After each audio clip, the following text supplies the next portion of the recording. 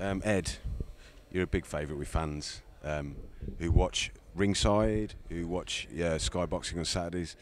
So tell us, what started your love affair with the fight game? I kind of started watching it on TV. There was no kind of association in my family, although I later found out my grandmother's cousin was a professional boxer, but it wasn't really anything to do with the family. I just started watching it on TV Saturday afternoons and just fell in love with it, and then started boxing myself, walked down to Reading Boxing Club when I was 16, 17 and loved the people there, and I think once you get the bug, it's hard to get out of your system, isn't it?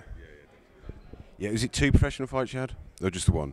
I had three professional Three. fights, yeah. Three. So what made you stop so early?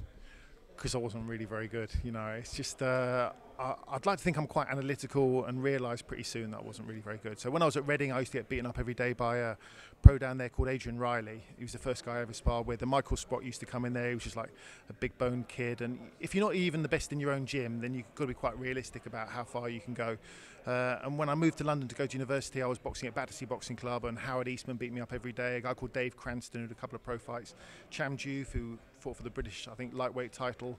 Anthony Campbell, who's another good fighter. So, and in the end, I was at the Fitzroy Lodge, and David Hay was obviously a bit of a star, and he was like 9 years younger than me. Nigel Travis beat me up every day. Ted Bammy, Mark Reigate. I've probably been beaten up by every. But I sparred with some good guys. That's the thing, I sparred with like people like Johnny Nelson and Harold Graham, even. Well, if you name them, really, I spar with them. So I can say I did it. I just wasn't really very good. I mean, you're clearly a modest man, but all these beatings that you said you were taking, I mean, how important were they when you, in your current position now? Very often you're the first port of call for boxers when they come out of the ring. They've just been beaten, and you've always got absolute respect for these fighters. How important is your grounding? I don't know whether it really counts for anything, because I mean the two most knowledgeable people I've probably met on boxing are Bob Mee and Dean Powell, neither of whom boxed. So I mean it might help to a certain extent, but I would say the new generation of boxers wouldn't know that I'd boxed. I mean, like there was a generation with people like Richard Williams and Wayne Alexander and Spencer Fearon and Danny Williams, who kind of I knew from the amateur circuit, but now they probably wouldn't at all. I'm just some kind of middle-aged guy in a suit, but it's. I probably, I know not to eat at weigh-ins. I know to be a bit cautious when you ask questions in the dressing room, because I would never have done a dressing room interview because I was too terrified. I was just pacing up and down nervously. But apart from that, I don't think that counts for too much. And how did you then get your position at Sky?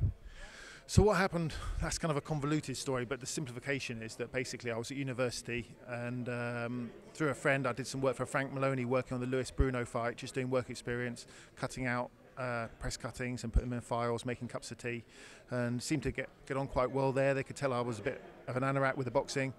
So from there, when I finished university, Frank said, come back until you get a proper job, and I was with him for 4 years. Then Frank Warren offered me a job, and I went to work for him for the best part of a year. And then, because I was working with Sky, I wrote a couple of articles for Boxing News, was doing the punch stats for Sky Sports. They offered me a job as a trainee reporter, and I've been there 15 years this year, so I've kind of done my grounding, really. Yeah, no, absolutely. I mean, it's going to be hard to pick one, but in all your time at Sky and working and meeting with all these great guys, has there been one highlight, or could you pick 2 or 3 highlights out of your favourite moments? I don't know. It's just been an amazing. Funny enough, this weekend I've just been taking all my photos off my computer and putting them onto a drive just for safety, and I was looking through the photos and just thinking what a great ride it's been. It's just been phenomenal. I've really enjoyed it.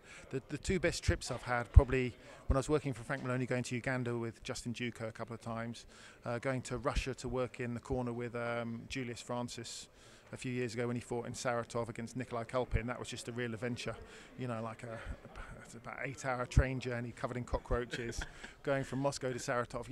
They were great. And working at Sky, being involved with the whole Ricky Hatton thing, Ricky got some stick on the internet for a while, and he's just like, I just found him an absolute gentleman, like just texting him on the day of a show and asking if we can come and film something with him. It's so invasive on the day of a world title fight, and him just saying, just pop round, turning up, driving into his cul-de-sac as he's driving out, and you think, oh no, is he going off to do something? He just throws his house keys to us, says he's just going to the sweetie shop, do we want anything, and let yourself in, make a brew, and then he's back there within half an hour and chatting away. Just like the access we get with boxing is phenomenal.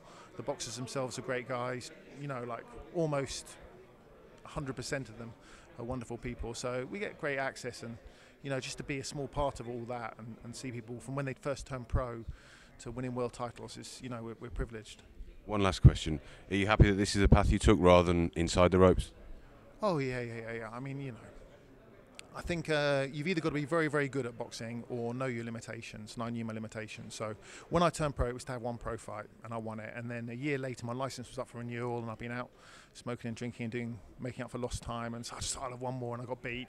And then I couldn't go out on a win and a loss, so I had to have one more and win it. But it is like a drug, you know. And it's a harsh business, and you know, I get my fix from being ringside and for getting to talk to the guys just when they get out of the ring, so I can't really complain. It's been a great journey for me, and I'm really enjoying it. Brilliant. Thank you so much for your time. I'd really appreciate it. Get involved with all the best boxing banter at our forum, and that's forum.boxingnews.